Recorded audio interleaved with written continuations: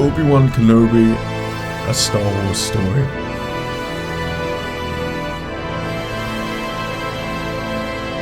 Beginning sequence and Tatooine's climate. The movie opens up with the Sand People.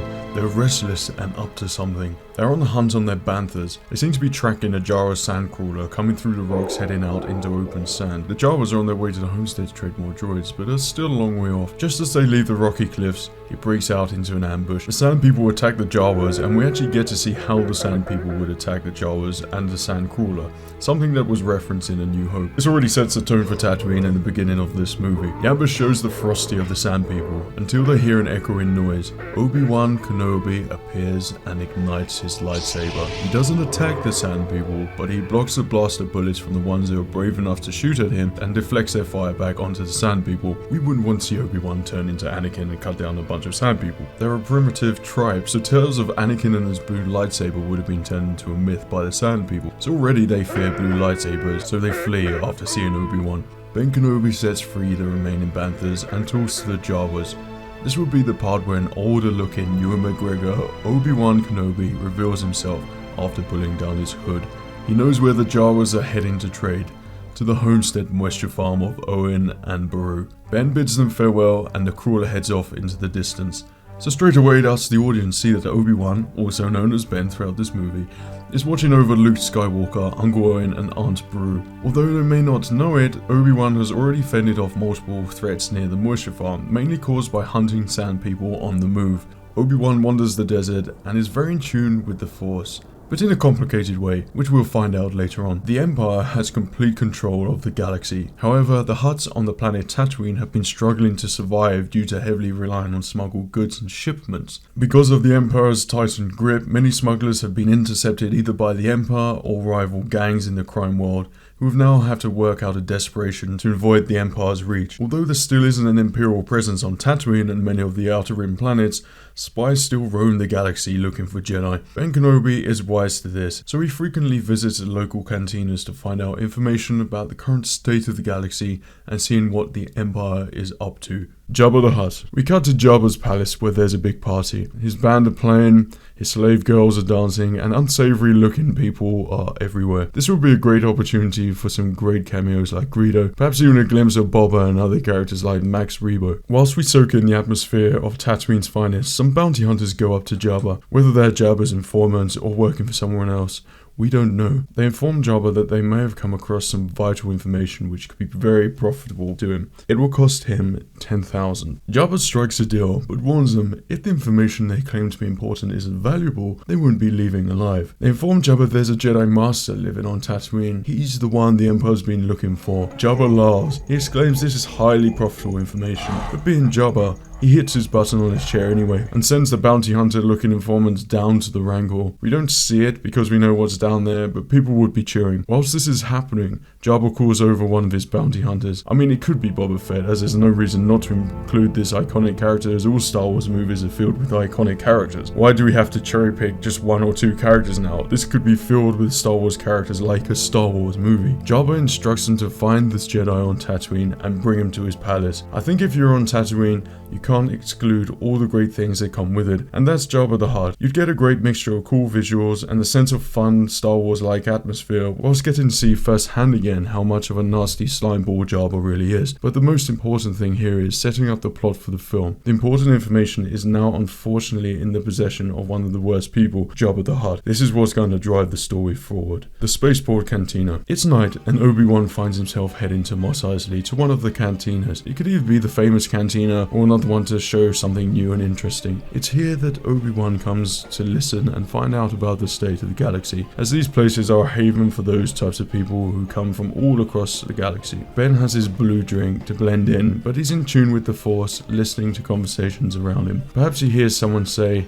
"You want to buy some death sticks?" and he smirks. Then he hears someone mention something about the Empire. Ben looks over his shoulder and sees some unsavory looking characters, most likely smugglers. He listens in on their conversation. The aliens talk to each other about the rumors they heard on a nearby spaceport. Rumors that the Empire has been informed that a legendary Jedi Master who survived the Jedi Purge in Coruscant is hiding in the Outer Rim, perhaps even here on Tatooine or the surrounding systems. He's the last big one, the most powerful Jedi the Empire never found. One of the smugglers jokes saying, "There are no Jedi, and if there were, they're free to the Republic and not go into hiding. Ben smirks and then heads over to confront the aliens. He asks where did they find this information from, but they try to be smart and say it all comes at a price. So Ben Kenobi uses a Jedi mind trick to retain the information he needs. He instructs the smugglers to go about their drinks, which ends up one of them shoving the other off the table for divulging the information, which in turn creates a large-scale punch-up in the bar. Kenobi puts on his hood and leaves the cantina and heads home. A scene like this already brings nostalgia back to Star Wars, dealing both with the plot, but most importantly informing the audience about the grand scheme of things in regards to the Empire's hold on the galaxy, and rumors which continuously float around. It's also creating a scenario showing the audience Kenobi being wise and clever with the Force, but in a humorous way. We also get to visit another cantina, which lends itself to new interesting Tatooine designs. It's because of these types of places filled with unsavory people, the kind of places Han and Chewie hang out in. Kenobi knows that all the best space pilots are in Mos Eisley cantinas, like he mentions in A New Hope. The bar fight takes over the cantina, so Kenobi takes his leave through the evening Tatooine streets. Sandstorm visions.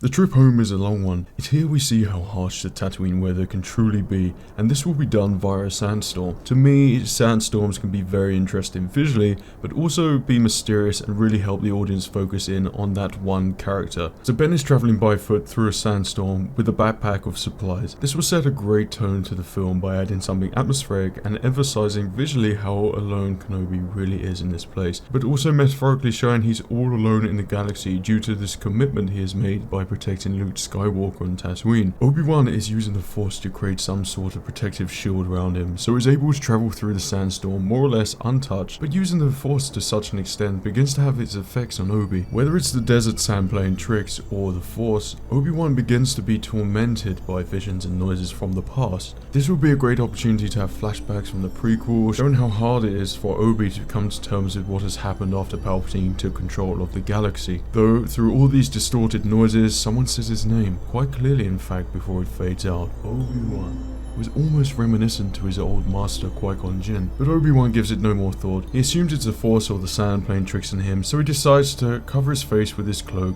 and walk back home without using the Force. This scene will show Obi-Wan's internal struggle that he's currently experiencing and how he's unable to let go of the troubles of the past. And why should he? Everything before this movie has been bleak for Obi-Wan Kenobi. It's there to represent how alone Obi-Wan really is, and he's not on Tatooine by choice because the living conditions are so harsh. So it shows the commitment he has as a Jedi and how important it is to him and the galaxy to protect Luke Skywalker. It also shows the audience he's having problems using the Force by being plagued by these bad visions every time he uses the Force for too long, something by the end of this movie he would have sorted out and overcome, perhaps, which we'll get onto later. Obi-Wan continues through the night. Obi-Wan Kenobi's house in the Jundland Wastes. The shot cuts back to Obi-Wan. We see him arrive back to his humble home in the Jundland Wastes the following evening. It's quite a contrast to what he was once used to when living on the Jedi Temple in Coruscant. Obi-Wan, however, is continuously haunted by bad dreams of Anakin, dreams he can't let go of. He feels like he's failed his apprentice and doomed the galaxy. Being all alone and with himself at all time, he cannot help but reflect on his past, that he lost both his master and his apprentice, the two people that meant the most to him. It's a heavy burden, one that he wishes he could turn to his old master for guidance.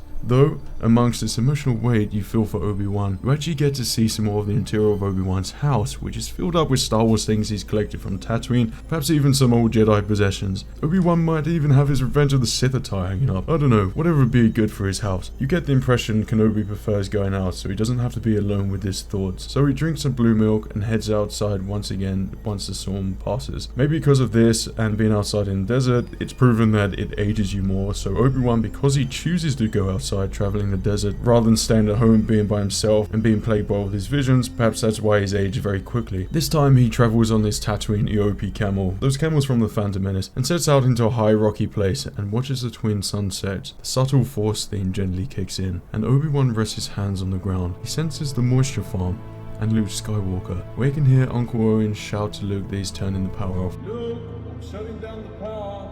All is well at the homestead. Obi-Wan smiles and watches the sunset, but because he was using the Force for a long time again, he gets a vision of Anakin, and he gets upset, so he disconnects quickly with the Force when a faded voice calls his name again. Obi-Wan. But once again, Obi feels like that's the Force playing tricks on him again, so he pulls out a lightsaber from his cloak. It's Anakin's. Whilst he's looking at it, he says something like, "I know I failed you, Anakin." Then from nowhere, again he hears someone say, "Obi-Wan." He begins to realize that was Qui-Gon's voice coming from the direction of his home. Obi-Wan shouts, "Master!" First he thought it was the desert playing tricks on him. Obi-Wan heads back to his house after knowing everything is safe for Luke and at the homestead. When he nears his house, it feels mysterious, like there's a presence there. Obi-Wan enters and puts Anakin's lightsaber in a box, where we also see where Qui-Gon Jinn's lightsaber is also kept. Obi-Wan picks it up and ignites his green saber, and as he does, he quickly has a vision of a place, some rocks, heavy dense swamp, Qui-Gon's death, but then Qui-Gon's voice telling him, "Find Yoda, go to Dagobah." Could it really be true? Obi-Wan deactivates Qui-Gon's lightsaber and quickly puts it back into the box, almost as if he is scared of what he's just seen. Though he takes a little bit of time, he walks away and the mysterious wind blows through his house. "Come to Dagobah, and you will find me, my friend." Was it the wind? Was it the Force?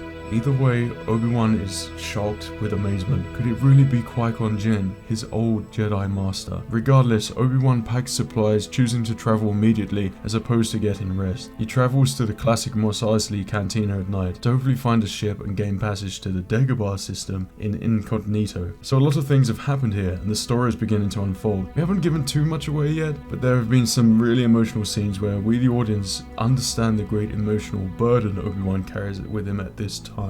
Cantina ambush. Obi-Wan arrives at the famous cantina where the band is playing loud and all weird aliens are drinking. Ben grabs a drink and begins to blend in and starts talking to some alien pilots about passage to a remote part of the galaxy, undetected, meaning the Dagobah system. However, he senses a disturbance in the Force and his hand stays close to his lightsaber. We see some shady figures who look like they're up to something, but Ben turns towards them before they could even draw out their blasters and holds out his lightsaber hilt. Ben says something witty and Obi-Wan like, but the bounty hunters inform Obi-Wan, "The great Jabba the Hutt requests an audience with you at Jabba's palace." Obi-Wan says sarcastically, "And what if I refuse the great Jabba's great request?" The bounty hunters then turn to violence, but Obi-Wan uses his lightsaber in self-defense and defeats them all. But then more of Jabba's thugs enter the bar and surround Obi-Wan. He cautiously deactivates his lightsaber in fears of putting innocent lives at risk, swinging his lightsaber around in this compact space. He humorously says to Jabba's thugs, "Well, off to Jabba's palace then." So I think this would be a cool scene not only to get the ball rolling with the plot, but for Obi-Wan to finally sort out where these rumors are coming from and to make sure it doesn't spread to the Empire.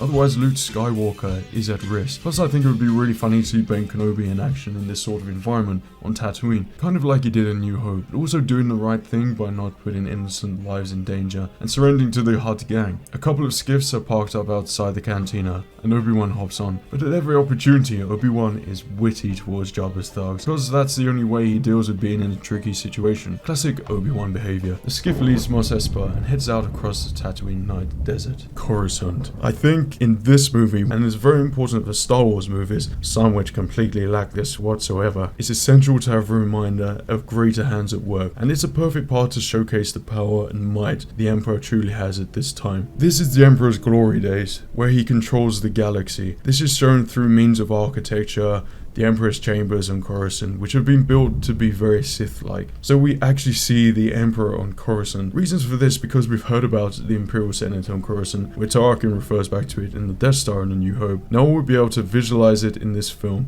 This would be brilliant not only to see McDermott reprise his role as our beloved Emperor, but also to help the audience understand the current status quo of the Galactic Empire's capital. Darth Vader is summoned by the Emperor and walks into his Senate room, surrounded by Imperial governors and the Emperor's guards at the door. We hear a familiar tone-like voice telling the governors to leave. "Ah, governors, leave us." Vader walks past them all with his heavy breathing, giving each governor a chill down the backs of their spines as they leave. Vader kneels in front of the Emperor. "Welcome, Lord Vader." Sidious welcomes Lord Vader and asks of his empire and rumors of this growing rebellion. Vader replies, All rebel sympathizers have been destroyed, my master. Sidious says, "Good." Vader stands up and walks next to the Emperor, looking out across Imperial Coruscant. Sidious tells Vader he's had a vision. "The last remnants of Anakin Skywalker, your old master, Obi-Wan Kenobi, I feel will reveal himself to you once more." Vader replies without hesitation. Where will it be, my master? Sidious replies, "Patience, my friend. I cannot foresee where, but know this, Lord Vader. When the opportunity presents itself, there must be no hesitation. It'll be the time for you to finally exact your revenge and destroy the Jedi once and for all. Vader nods, and we hear the sound of his leather gloves tighten. The Emperor has a sinister smile, knowing he's stoked Vader's anger. For now, join the fleet in the somewhere system.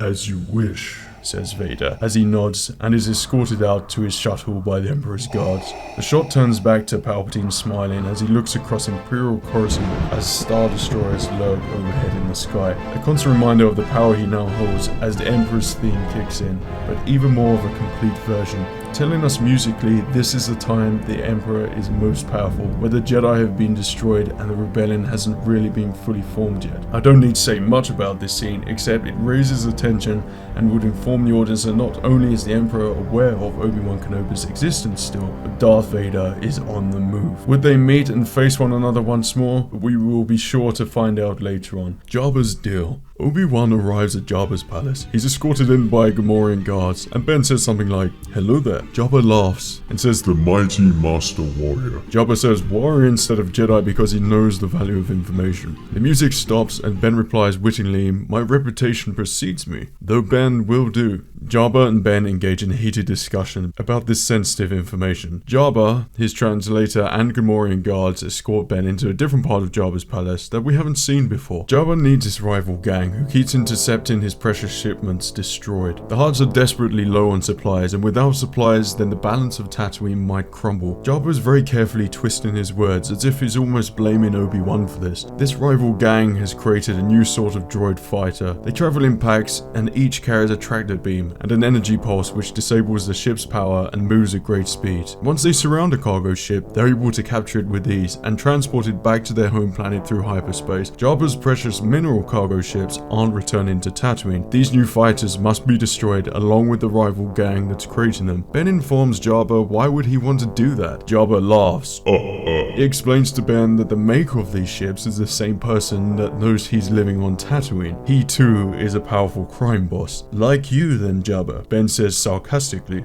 If he continues to steal my precious shipments, then the balance of Tatooine will crumble, Jabba explains, and this crime boss will be sure to take over the planet. Ben replies, why don't you just send over some of your thugs? Jabba says he did. He sent over some of his best bounty hunters and assassins, and no one has ever returned. But now I have a Jedi Master. Ben nods his head and says, well, I can see your point. Jabba then reminds Ben that if he does not agree, then there's nothing stopping him to inform the Emperor that there's a Jedi in exile on Tatooine. Ben thinks about it. Though he could say the same back to Jabba, he doesn't want to take the risk because he must ensure the protection of Luke Skywalker and Tatooine. Plus, if Jabba is desperate and the Emperor's taken away all his shipments, he's currently got not much to lose, putting Jabba in a higher position. The deal seems somewhat unfair, but Ben reluctantly agrees as it ensures the safety of Luke Skywalker and his continued isolation from the Empire. Plus, Ben was already looking for a passage off the planet in incognito mode, so who better to gain passage off the planet than one of Jabba's great smugglers,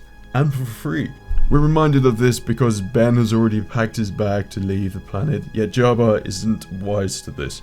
Now I know what you're thinking here. Perhaps this is a time where Han Solo would be introduced as one of the smugglers. That would be great and all, as him and Chewie are operating during this time. But obviously they don't meet until A New Hope, and we're already introducing a lot of well-known loved Star Wars characters, and we don't want to overload it. Otherwise it draws too much attention off Obi-Wan. Ben asks which planet are these gangsters on, and Jabba doesn't say in fear Kenobi changes his mind. He tells Obi-Wan that he will be told on the way as information is valuable. Ben must trust him. And this is all translated to Ben via one of Jabba's translator droids, perhaps the one in Return of the Jedi, the one that C-3PO noticed before it gets disintegrated. Jabba's palace. They make their way out of a more private part of Jabba's palace, and Ben says something like, need I remind you, this is a highly dangerous mission, Jabba. Not only have you upset a crime lord who by the sounds of it is clearly more powerful than you, but the galaxy is crawling with star destroyers. How do you intend on transporting us there undetected? This dialogue scene is put in to show the threat of this mission to the audience, business, but also showing that the Empire is everywhere, and traveling in space at these times is a risky business. Also, as a side note, gives more credit Han and Chewie's shipment drops Jabba mentions in A New Hope. They come to quite a sizable blast door. An eye pops out of the door, sees it's Jabba, and it slowly opens. Jabba's hangar is revealed, and it's quite literally a haven for all Star Wars type spaceships and everything he's collected throughout the years. Perhaps there can even be a couple of pod races in the distance, maybe one even being Sebulba's no longer in use. This would be a great time to show perhaps known ships from other Star Wars shows or movies in the background for people who have a keen eye. It's a huge place, and why shouldn't it be? It's Jabba's palace after all, and therefore showcases the Hutt's control they have over Tatooine. They make their way in where Ben is presented with an abundance of ships, each with some of their crews either working on their ship or currently on board. There's a mixture of Jabba's bounty hunters, smugglers, and their ship's crews and pilots. So essentially Ben gets to choose which ship he'll be traveling in and what crew would be best suited for the mission. Also, the people who really notice Obi-Wan is selecting a ship with a separate shuttle attached to it, because at the back of his mind he still needs to go on his own private mission to Dagobah. So whether he chooses the ship because of the crew himself or because hopefully he can use the shuttle to go to Dagobah, it's left to the audience's own interpretation. Ben obviously goes towards a crew that looks the friendliest. Perhaps his crew could include a couple cool droids, maybe a protocol droid, an astromech, as this film is designed to feel like a mixture of prequel and sequels. And perhaps the astromech is R5-D2 from A New Hope, the one that explodes before Luke Skywalker gets there. I don't think that's fan service. I think that would be actually touching to give him some actual character, therefore enhancing the story in A New Hope. Some different aliens and perhaps a lead female interest for Obi-Wan. She will act as the leader of the group, reminiscent to Hera in Rebels, as the plot calls for an emotional attachment for Obi-Wan, someone who is strong, confident, and caring. I have quiet moments with Ben later to add more weight to the movie, along with bringing their female presence into the film. It would also be very interesting to see Obi-Wan take an interest in someone now he's not part of the Jedi Order. That would introduce another side of Obi-Wan we haven't really seen before. So the crew are selected, they're exchanging pleasantries, although they're not at the best of terms to start off with. These are smugglers, and they're just doing it for money, as this job would set them up for life according to Jabba. They all board the ship, and Jabba looks out into the distance as the ship flies out of his hangar. Obi-Wan has left Tatooine and is back on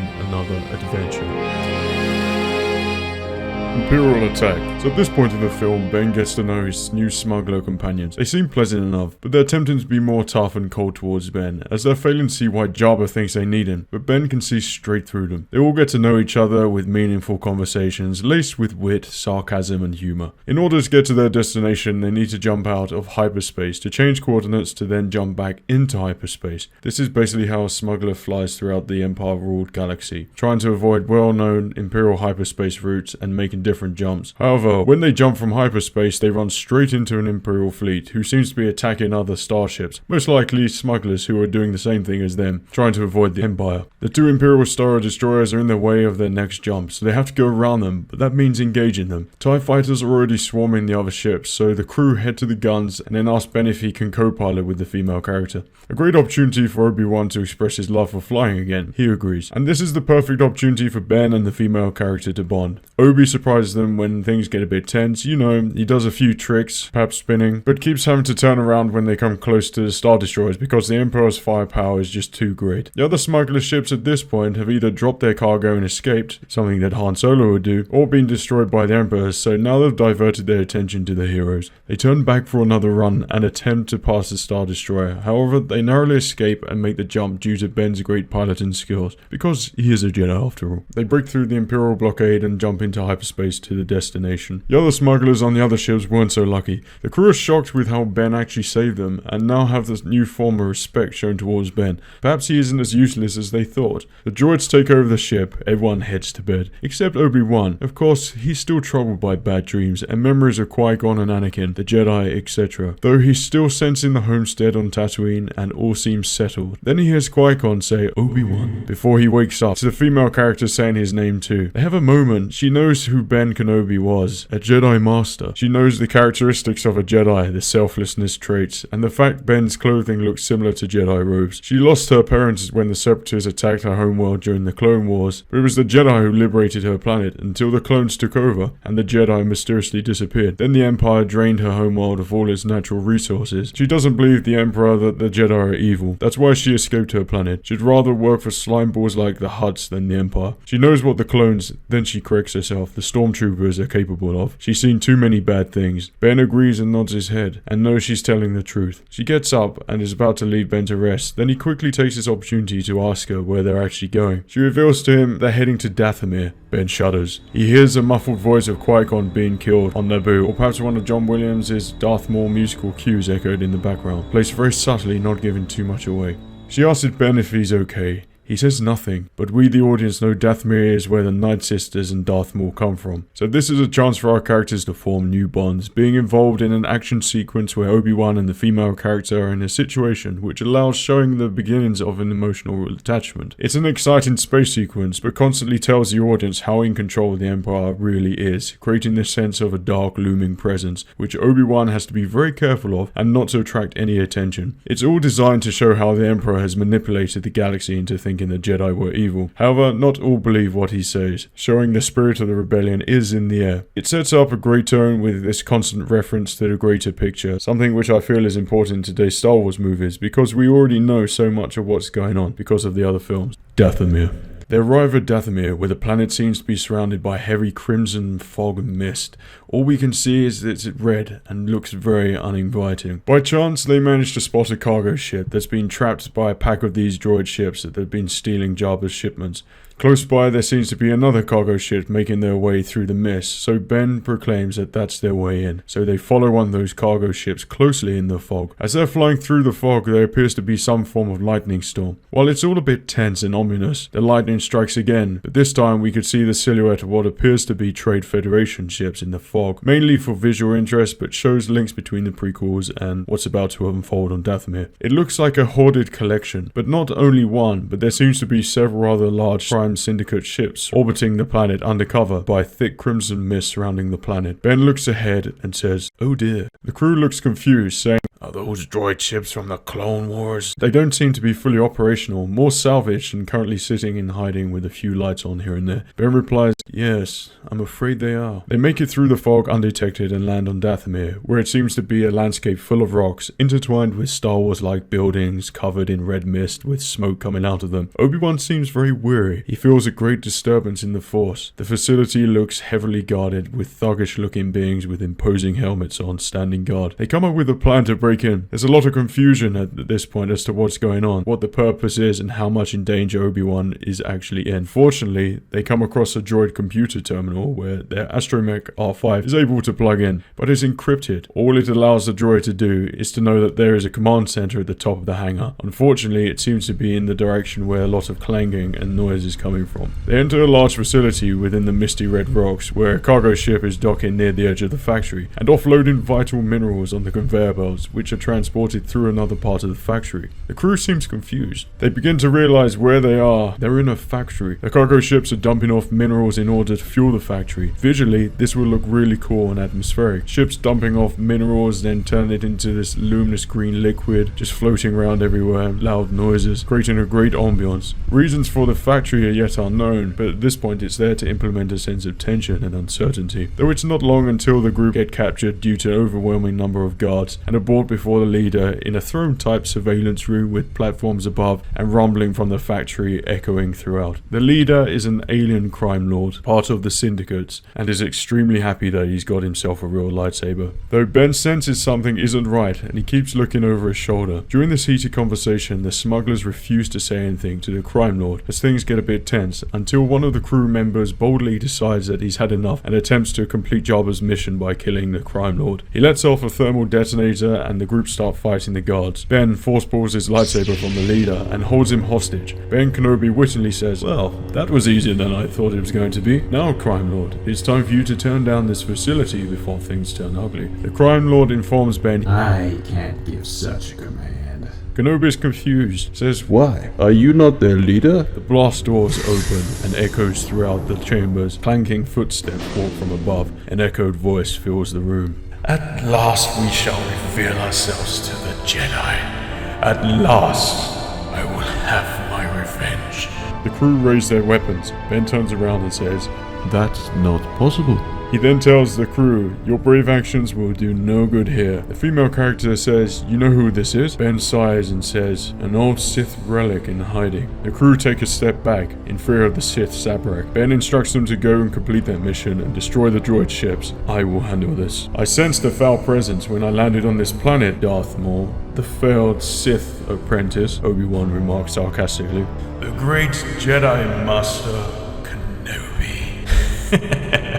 No longer protected by his precious Jedi Council. All alone in the galaxy, fighting for crime lord gangsters. Maul teases. You know what I've come here to do, says Obi-Wan. What, in case I form the Empire of your pathetic existence on Tatooine? So you've come to stop me. There is nothing to stop Kenobi.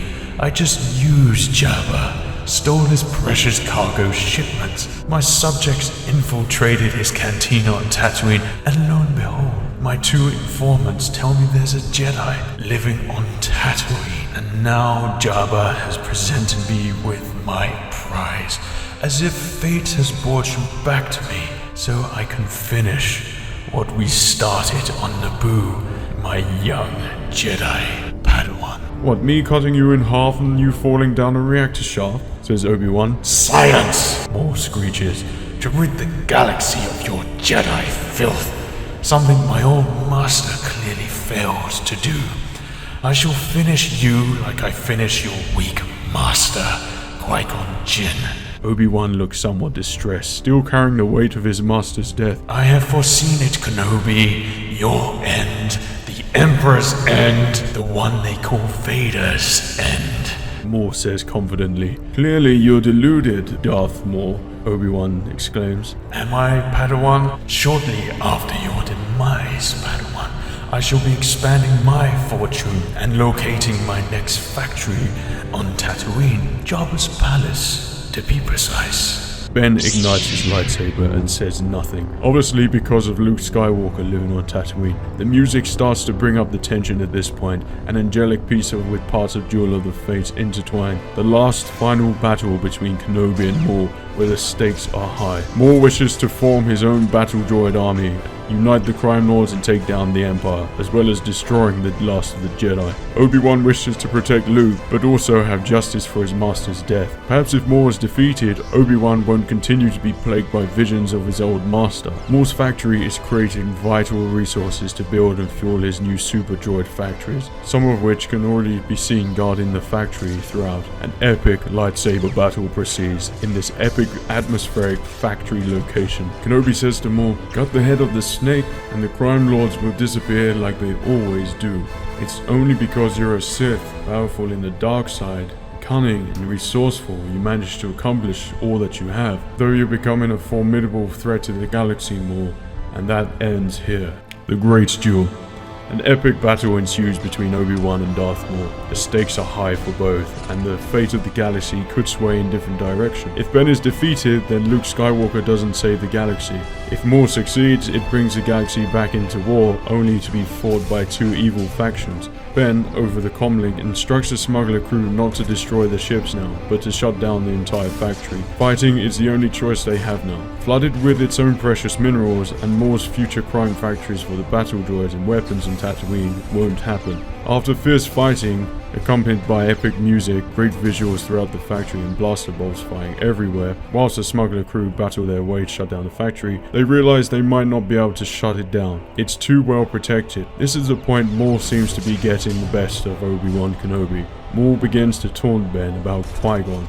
Ben begins to look distressed and continues the duel, though Obi-Wan is known for his great defense. The crew, under fire at this point, realize it's hopeless to accomplish their mission and come up with an alternative plan. A risky one, but a plan nonetheless. They instruct R5 to send out a hologram of Darth Maul wielding his saber, dueling Ben in the factory, given the exact location. The crew look concerned but decide to make a run for it back to the ship. It's the only way to shut down the factory. However, us audience don't know who they sent the hologram to yet. They pick up Ben on the way and escape back to the ship. Obi-Wan is kicked down by Maul to the lower platform. Just like in Duel of the Fates, Maul says, "Weak, like master, like apprentice." as he looks down at Kenobi. However, Kenobi uses Force Jump again to attack Maul, trying to gain the high ground, and slashes his saber, but Maul defends himself this time, but is enraged at Kenobi because he used the same move again that defeated him on Naboo. Obi-Wan and Maul seem to be evenly matched. Neither one can outsmart each other, which makes the fight become more dangerous, so both begin to use the Force to gain the upper hand.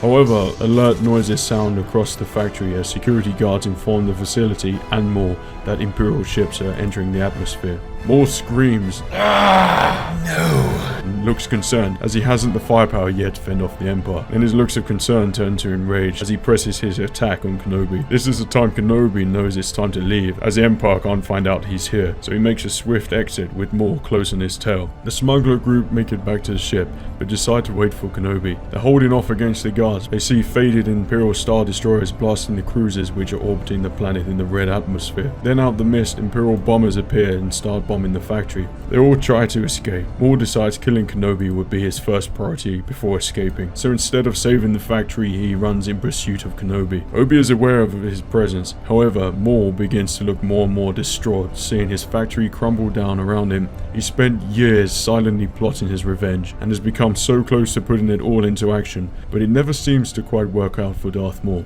He begins to realize this as we see close-up shots of him running through the factory as it's crumbling down around him in the background. He became so close to achieving his final stage of his plan to build a droid army and take on his old master Darth Sidious. He begins to slow down and his anger turns into despair as if he's given up. And a barrage of Imperial shots fall upon the factory. Maul looks on in despair. Then a massive beam pillar comes crashing down heading for Maul. Maul does nothing. He looks up as he gets ready to embrace his fate. Though a Sith doesn't give up, so he holds out his arm to try and force push the pillar. However, it's far too big, and Maul is far too worn out at this point. We can see in Maul's face he knows this is the end. The music tells the audience this too. Obi-Wan stops running and turns around and watches. A huge smashing sound echoes the room. Darth Maul looks to be no more. Until the dust clears, the pillar is hovering in the ground. Maul looks up and turns around and sees Kenobi is using the Force as he saved Maul.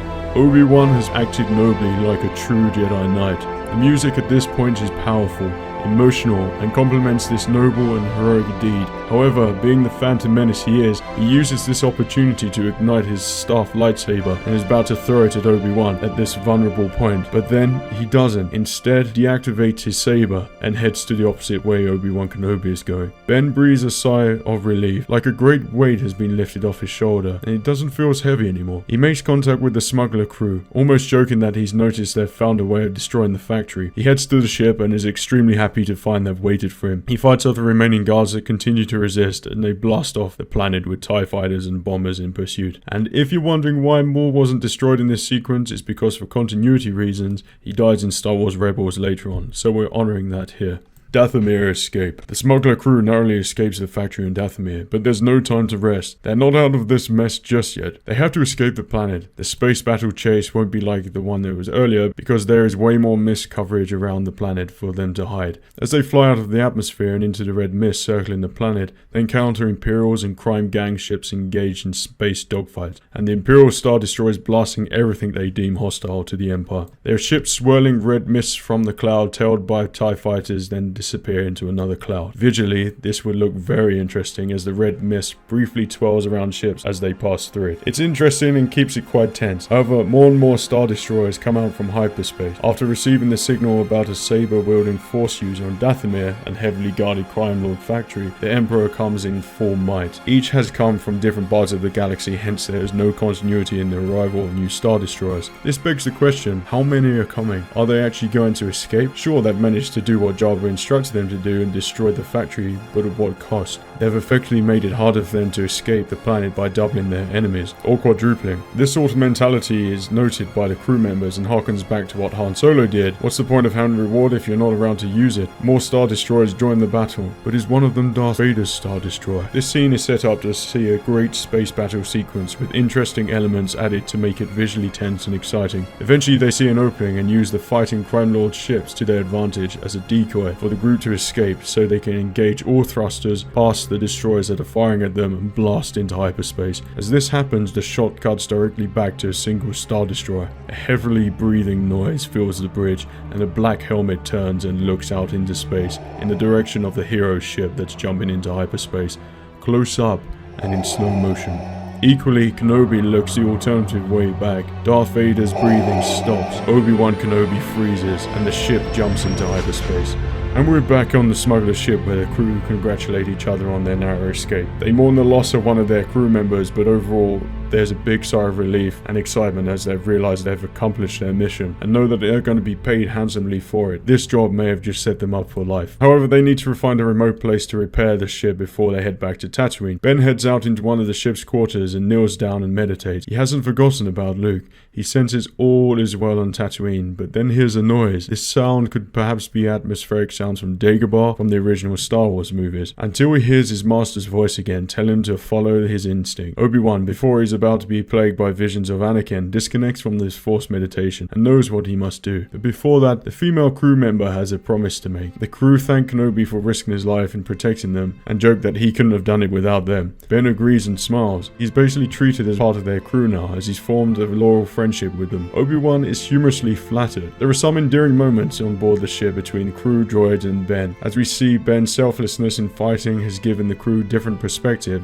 and a strong bond begins to form. Though Ben knows he has to remain distant. However much he would like to stick around with the crew, they get rest and find a place to work on the damaged ship. The female character has another moment with Ben. She's very intelligent and a good judge of character, much like Ben. She informs Ben that she knows he's not with them just to work for Jabba. She intuitively picks up that there's a Jedi thing that he has to do. Their ship is the only one with a shuttle. Ben looks at the female character like a Jedi with a deep dark secret. You can see he'd love to tell her his real mission, but knows he can't. But it's fine. Before Ben thinks about asking to borrow the shuttle for a while, she already offered it to him. But not just the shuttle, R5 wants to go with Kenobi and protect him. R5 is a nice droid like that. Ben gratefully smiles and gets ready to go on an important journey. They create a rendezvous for when Ben is ready and when the ship should be fully repaired. They agree to meet there before heading back to Tatooine together. The music kicks in. They bid farewell, R5 follows Kenobi onto the ship and heads off out into space on his sacred Jedi adventure. Master and apprentice. Obi-Wan begins his descent into Dagobah, but it's a chaotic landing like Luke. He's not particularly good at landing on hospitable planets, which will be a great nod to Empire Strikes Back. When he looks like he's about to crash, the droid R5 steps in and takes over piloting, and hovers instead of lands. Ben congratulates the droid on his good thinking. Obi-Wan jumps off and says, find somewhere to land and look after the ship. R5-D4, happy that Ben has entrusted him with this great honor, happily beeps and takes a shuttle close by. Whilst the shuttle begins to disappear, there's a great ambience transition from the loud noise from the shuttle's engine to the ambience of Dagobah swamps that we all know. Obi-Wan begins his trek. It goes on for quite some time. He comes across some monsters and ignites his saber, but remembers it's a living being and it wasn't provoking Kenobi, so he carries on. He begins to think he's made a mistake. Perhaps he wasn't meant to come here, so instead of wandering around lost in his dense swamp, Ben decides to eat food, rest, and meditate. He senses the homestead, and it's night there, and can hear the sand blowing in the wind. However, he feels that cold feeling again, the same thing he experienced on the ship until he's bombarded with Revenge of the Sith memories of Anakin, his master's death, and all bad things that have happened to him, including his recent duel with Dathomir. Obi-Wan comes out of the vision and wonders what's wrong with him. Why has his Jedi training betrayed him? Perhaps he wasn't meant to come to Dagobah. Maybe because he's been so caught up in bad memories, he's out of sync with the Force. Perhaps he just heard what he wanted to hear, and he wasn't actually meant to come to Dagobah. Obi-Wan begins to doubt himself. Then when he feels down, something appears in the distance. He hears a familiar voice. A figure walks towards him. Obi-Wan, my apprentice. Obi-Wan thinks he's dreaming and looks upon his old Jedi master and mentor friend, Qui-Gon Jinn. The music takes over and it's Qui-Gon's theme from The Phantom Menace, but it's changed key and played in a Yoda theme style, conveying musically Qui-Gon's accomplishment in the Force and how much of a wise being he now is, achieving life after death. He has the luminous blue Force glow around his Jedi robes. However, this is only something he can accomplish on Dagobah because of its strong connection with the Force. He's not able to take physical forms on other planets. The two engage in a meaningful way, with Obi-Wan asking more questions, but Qui-Gon puts his hand on Obi-Wan. Like I said before, my old friend, I sense that you will become a great Jedi Knight. You never let me down, Obi-Wan. I let you down. I wasn't there to guide Anakin. Qui-Gon discusses with Obi-Wan. It's not your fault for his death. It's time to finally let go of that heavy burden. Don't dwell on bad memories that have passed long ago, Obi-Wan. Keep your concentration here, in the moment. All that sadness you carry has affected your ability to use the Force, Qui-Gon tells Obi-Wan. He didn't fail Anakin. He was deceived by a Sith he's never seen so powerful. He wasn't able to foresee it, neither were any of the Jedi, though that is the way of the Sith. That is where their power lies.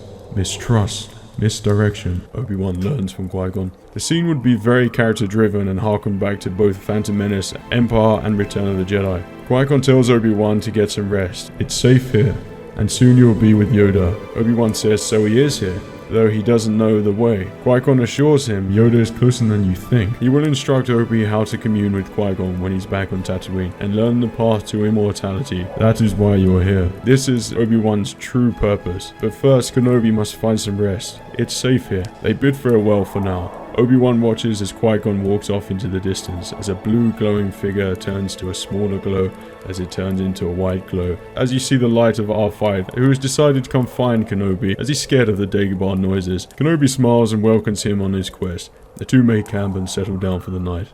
Yoda. R5 goes into lower power mode, and all is peaceful on Dagobah. Obi-Wan finds some good rest on Dagobah, no longer troubled by the bad thoughts of his old master, though still feeling deep sadness for Anakin and everything else. The Force is strong on Dagobah, and perhaps it's misleading, giving him visions of the original Star Wars movies. Why it does this, we don't know. We only assume it's the Force's way of telling Kenobi to stay on his quest, and to guide and mentor Luke to restore peace to the galaxy. Some things should remain a mystery on Dagobah. Not everything needs to be explained, and these visions will be one of them. Visions of things like the Falcon, locations, and perhaps all the good things that might happen in the future before it reverts back into the nightmares of Anakin and losing him to the dark side, seeing him march on the Jedi Temple. However, this time Anakin is in front of Kenobi and is about to strike him down. Though the audience may not know it yet, this vision is to show Obi-Wan something that's about to happen whilst he's on Dagobah. Then Obi-Wan shouts, "Anakin, no!" He opens his eyes. A small green face fills up the entirety of his vision. Bad dream? It's Yoda. Obi-Wan smiles cheek to cheek. I think it's important to note that Yoda in this Kenobi movie still has his serious Yoda moments, but it shows more of a Yoda who's more like Empire Strikes Back Yoda. Sure, you can argue that this is a persona he used to test Luke, but I think it would be very endearing to see Yoda almost mess around with Obi-Wan before they get down to some serious Jedi training. Yoda and Obi-Wan have an emotional scene together. Yoda comments on Obi-Wan's droid. A new friend you have, I see. Obi-Wan introduces R5. Yoda leads them to his house where they engage in dialogue, but we see more on how Yoda lives. Everything The Empire Strikes Back and Return of the Jedi didn't show, we'll see it here, but it's not long before they start training. Obi-Wan talks about his constant nightmares about Anakin, though Yoda already knows of this heavy burden that he carries. Yoda says some wise things about the Force, about the past, and what can be done about the future. Basically about Luke, and setting in a plan that one day he'll be old enough. One day Obi-Wan will have to train him like Anakin. However, Obi-Wan refuses and doesn't feel up to the task. He says that he thought he was only there to watch over the boy, not train him. He let the galaxy down once already. Yoda makes it clear, saving the galaxy from Sidious, all of this depends. He must train Luke to become a Jedi, like his father. He must wait until he's ready, and then and only then shall you instruct him. Obi-Wan was surprised that Yoda wants Obi-Wan to train him. He's worried that training another Skywalker, who could be as powerful, if not more than his father. What if I fail? Explains Kenobi. Fail you might, Says Yoda. but training on your own, you will not. Together, we will. I think the scene will be so powerful because it creates more depth for the sequels, as if the events here are set in motion what's to follow in A New Hope and Empire Strikes Back. It shows us the audience that Yoda and Kenobi always intended to train Luke and have a plan to help him to save him from the Sith, the path to immortality. Yoda and Obi-Wan are in Yoda's hut, where Yoda is cooking food. Whilst they are conversing, Qui-Gon speaks as a voice like Obi-Wan would speak as a voice to Luke and Yoda. This is the time where Yoda gets Obi-Wan to open up about his fears. Yoda informs him that he's been sensing the pain that resides deep within him. Yoda warns Obi-Wan. Pain, regret, doubt, the dark side, they are. He and Obi-Wan have meaningful discussions about what he's been feeling on Tatooine, mainly about Anakin and the Jedi. You know, all the important things. Once this is over, Yoda leads Obi-Wan to the Force Cave. Yes, Obi-Wan, like Luke, later on, enters the Force Cave to face his demons. Obi-Wan cautiously enters. His test in the cave is a hooded Anakin Skywalker marching to the Jedi Temple, walking up to him with his lightsaber and striking him down. It repeats itself over and over because Obi-Wan is defending himself with his lightsaber and defeats Anakin. Yoda is outside the cave and can hear loud noises that reside within, and looks worried and slightly disappointed as he thought Obi-Wan would pass the task ahead.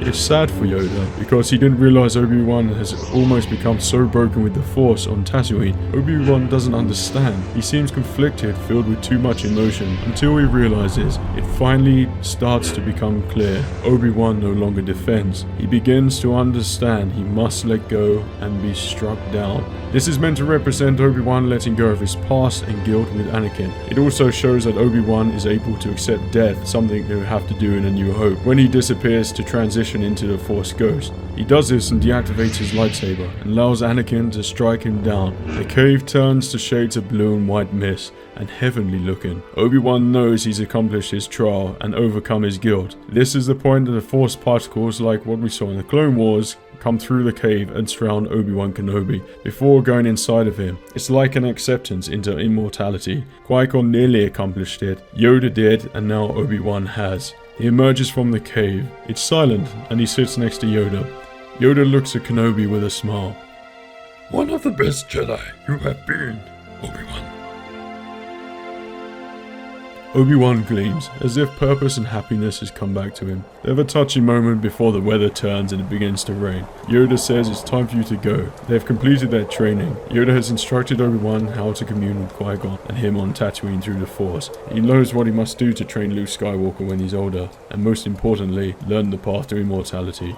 The mystic storm visually tells us, the audience, it's time to go back to the story. There's still a crew waiting for him to return back to Tatooine. Yoda and Kenobi bid fond farewell until their next meeting. R5 leads Obi-Wan Kenobi back to the ship. Obi-Wan Kenobi leaves as a new Jedi, someone who's let go of his troubles and done something extremely challenging not every Jedi could achieve. He leaves Dagobah with a new sense of purpose and accomplishment. He jumps into hyperspace. Darth Vader. Something I've always imagined that we would see in the prequels after I watched the sequels when I was a kid is that we'd see a fight between suited Darth Vader and Obi-Wan Kenobi. Yes, we did see it in Revenge of the Sith, but for some reason in my head as a kid, I always expected to see suited Darth Vader to be dueling Obi-Wan Kenobi. So I'm going to be honouring my childhood dream here. In A New Hope, when they exchange words, they toy with one another, but nothing definitive about their last confrontation. So in this way, nothing is final as to where the last confrontation took place. All we know is that Obi-Wan was the master and Darth acknowledges himself as the learner. So something can happen in this fight where Darth recognizes he's still a learner, but maybe give it a different point of view where Vader actually means he's still a Sith learner. Even though that's a tiny detail, I like picking up on things like this, just so it shows connections between the movies. Subtle as they may be. I'd love to see a scene like this with Nick Gillard, the prequel stunt coordinator, coordinate and choreograph and be at the helm of creating a masterpiece lightsaber fight, because he created the lightsaber fighting styles. So he understands the characters and Obi-Wan's fighting style as he trained both Ewan and Hayden, assuming Hayden takes a role as suited Darth Vader. And I mean, why not? He did in Revenge of the Sith. New friends reunited.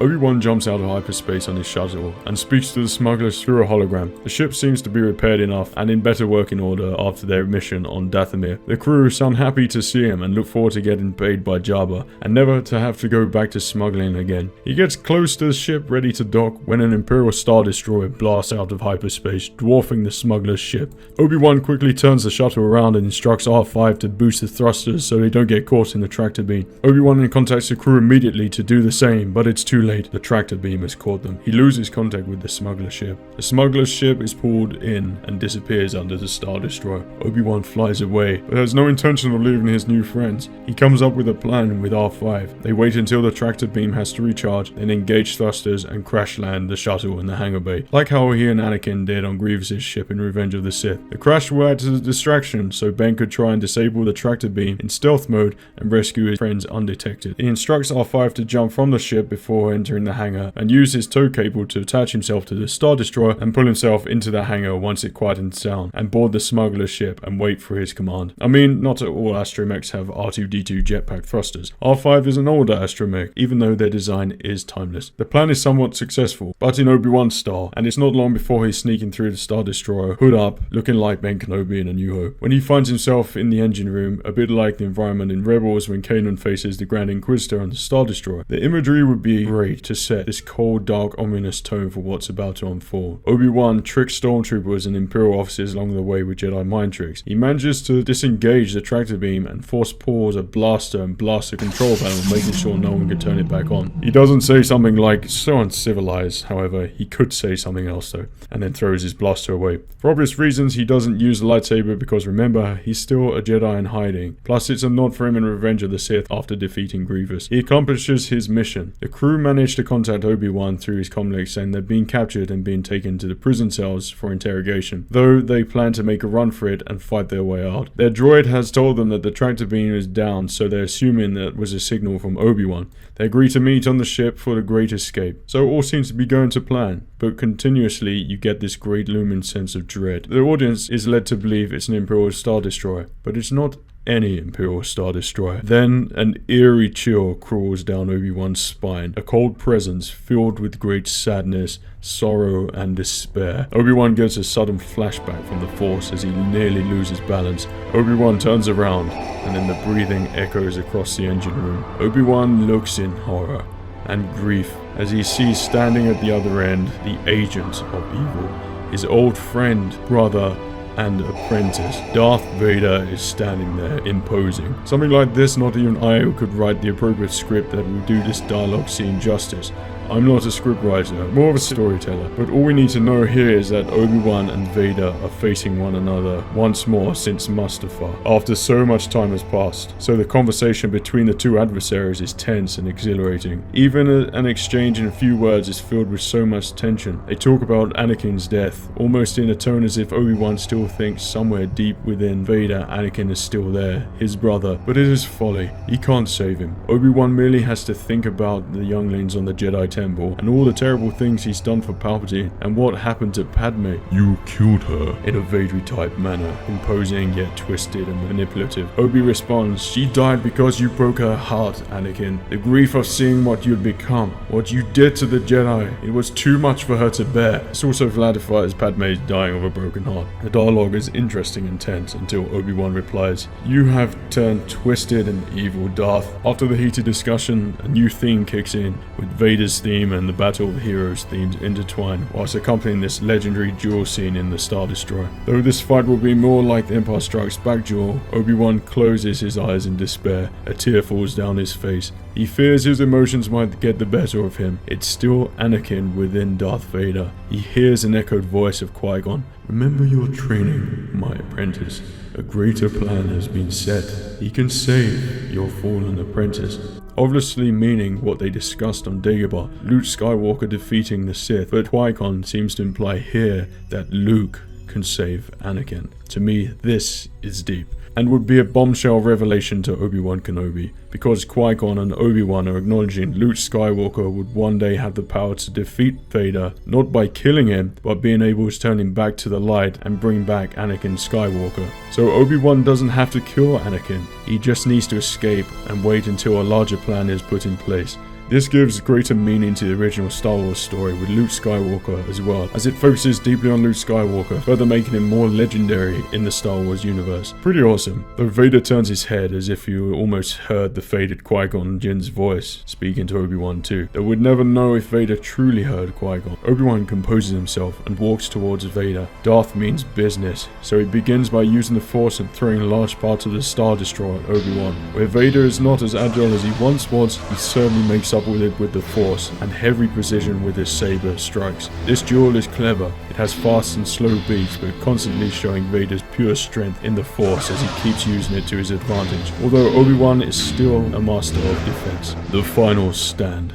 The duel makes its way through parts of the Star Destroyer we haven't seen before until it comes to its climax. The sheer number of stormtroopers push the smugglers back as they keep having to come up with interesting ways to fight overwhelming odds. However, their plan is to find Kenobi and all escape together. But what plan has the Emperor got? The stormtroopers push back the smugglers to the place where Obi-Wan is dueling Darth, though fighting comes to a head on both fronts. Whether this was actually cleverly planned by Darth all along, we the audience will never know and be left to interpret. It turns into almost almost eerie western standoff with stormtroopers surrounding the smugglers and Kenobi and Darth Vader on the other side. Both sides are very careful where they tread. The whole situation puts Darth Vader in a very strong position. He knows Kenobi will try to protect his friends, so in order to defeat them, he'll use them to his advantage. Now this is the point where we can showcase how much of a Sith Darth Vader has truly become. Obi-Wan knows that the crew have made a big mistake coming to rescue him, and it looks as if their journey ends here. So they exchange a little moment, especially Obi-Wan and the female character. It's almost as if they've created an emotional attachment, but because of the high stakes, it naturally becomes emotionally tense, and the audience feel for Ben and the female character, as you know this isn't going to end well. Darth Vader instructs for the troopers to fire. Open fire. Obi-Wan immediately jumps over the smugglers to defend them from the blasters. Then Vader, after noticing this connection between Obi-Wan and the female character, uses the Force to force choke her and closes in. Lightsaber is now ignited as the angelic version of the Imperial March begins to play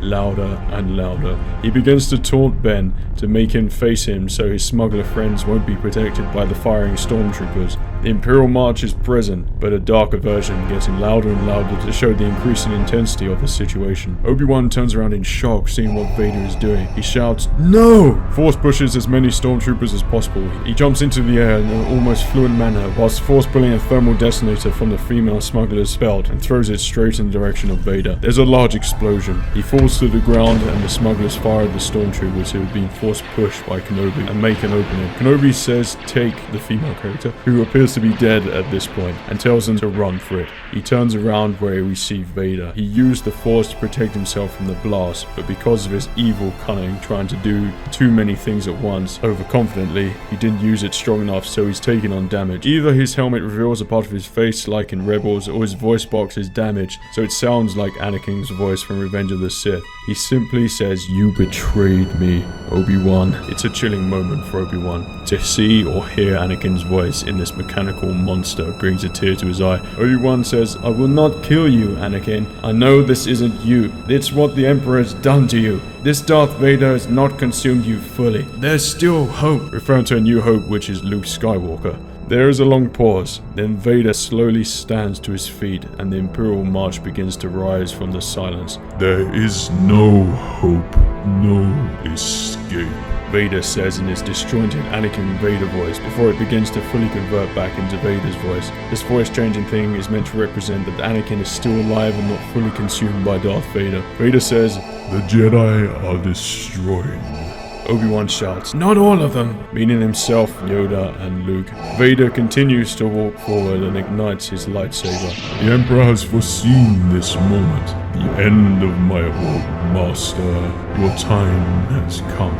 Obi-Wan and Vader exchange a few more words until Vader looks like he's about to strike down Kenobi, just like in A New Hope. But Kenobi chops the top of Vader's lightsaber hilt. It makes a large spark and Kenobi has disappeared, running off into a distance before Vader realizes what's happened. This pays homage to Obi-Wan and Qui-Gon's force speed in The Phantom Menace, but subtle reference to Attack of the Clones where Obi-Wan tells Anakin, "This weapon is your life." It also shows us the audience that Obi-Wan still has hope for Anakin, so he must escape and head back to Tatooine to do what Master Yoda instructs him to do without the Emperor following. He's behind you. We cut back to some tense running music where the smugglers can see their ship whilst keeping up with the barrage of blaster fire and everything that stands in their way, leaving a trail of dead stormtroopers behind them that try and capture the smuggler crew. Kenobi is close behind. The Imperial officers lock down the facility and corner off the smugglers. They do this because, after all, this is Darth Vader's ship and is meant to be full of the best Imperials, so we see how efficient they are. They surround the crew and say something cool like, "You rebel scum." However, the Imperials don't notice R5 in the background. He sneaks aboard the ship and activates the ship's autocannon and lowers the landing platform for them all to get aboard. Amongst the chaos in the hangar, blaster bolts are everywhere. Kenobi comes running through the corner saying humorously, "Wait for me!" The smugglers show a quick sigh of relief upon seeing Kenobi had survived. However, their fortune is short-lived. A dark figure appears from the smoke from where Kenobi has just appeared. However, there is no lightsaber. The ship's autocannons open fire at Vader, but he holds up his hand and repels the fire with ease.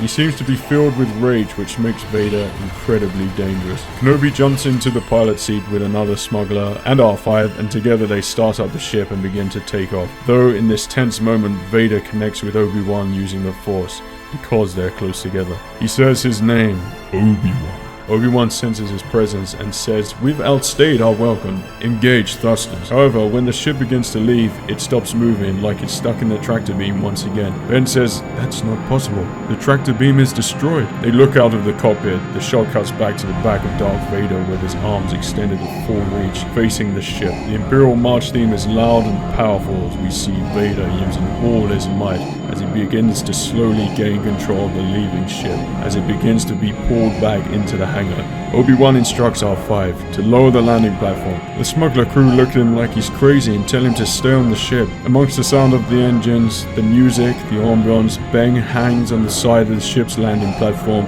and stretches out his hand. The Force theme kicks in. He uses the Force to force push Vader's Force pull, once again paying homage to Anakin and Obi-Wan and Mustafar where they're Force pushing each other. The whole sequence hangs on a thread, but it's just enough for the ship to leave the hangar bay, and Obi-Wan to look at Vader one last time before their next encounter in A New Hope. The ship leaves the hangar bay, and Ben hangs on to his life as the landing platform is once again raised, and the crew are able to jump into hyperspace. An Imperial officer runs up to Vader saying, "Are you alright, my lord?" As Vader looks out silently into the distance, he force chokes the officer and walks back to his chambers on his Star Destroyer, and his theme plays him off silently.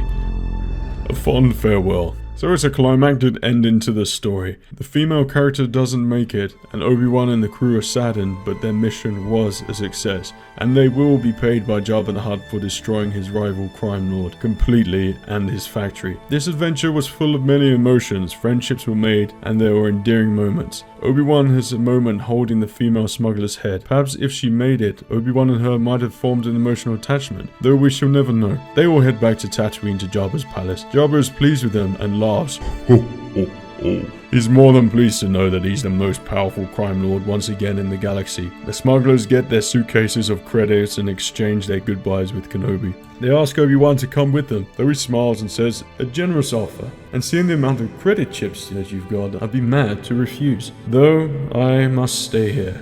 I have a promise to keep. I hope that one day you'll be able to live freely in the galaxy again," Obi-Wan says hopefully. During this moment, R5 in secret leaves the ship. He looks at Obi-Wan as he leaves, and Obi says nothing. Kenobi slightly nods, as if almost a farewell, but doesn't tell the smugglers he's leaving. This shows the amount of respect Obi-Wan shows for all living things, and now including droids, though he never owns one like he states in A New Hope.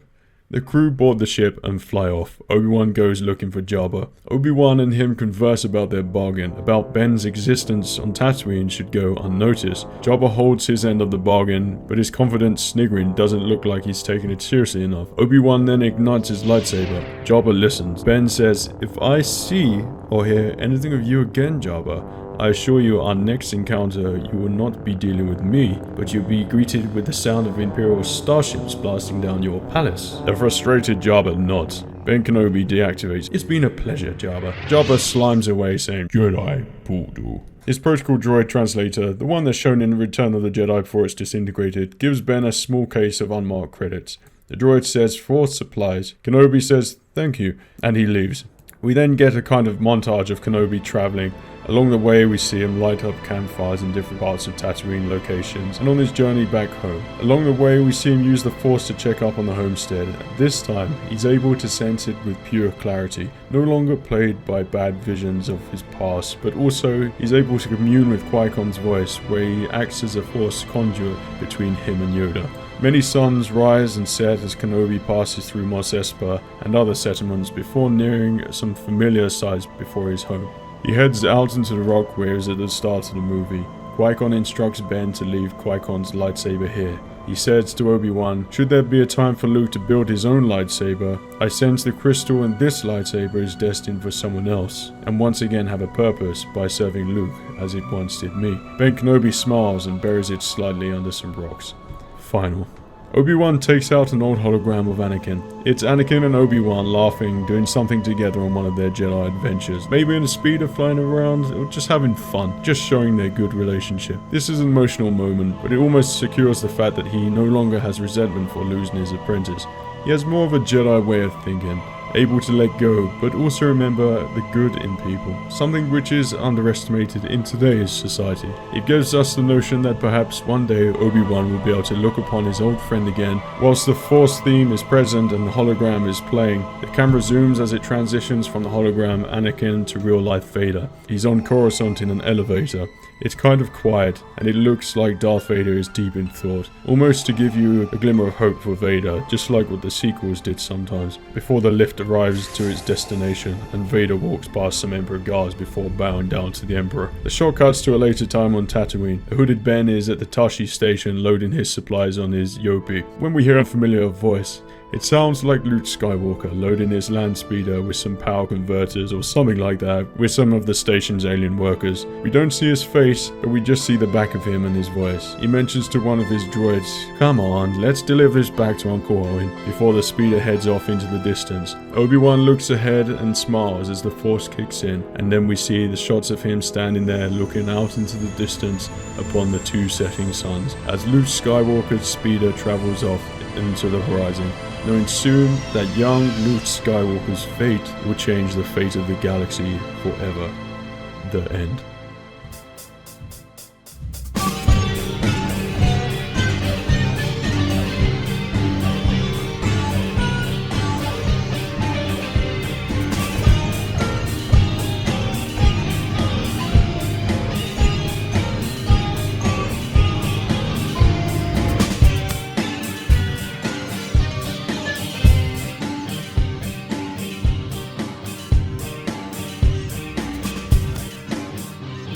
Hello there, my name's SKYMAN Universe. I really hope that you enjoyed this story. I think it works really cementing the sequels and prequels together. Well, at least I hope it did that for you anyway. This story would really appreciate a like and share it around to anyone that you think might enjoy it. But most importantly, I really hope that you enjoyed it. I would like to think that we can get a really cool Kenobi movie. I did send this off to Lucasfilm, but they said they couldn't read it because I'm not hired as Lucasfilm. I was very surprised that I got a reply, which was pretty awesome. Thank you very much for listening. Take care of yourself. And remember, the Force will be with you, always.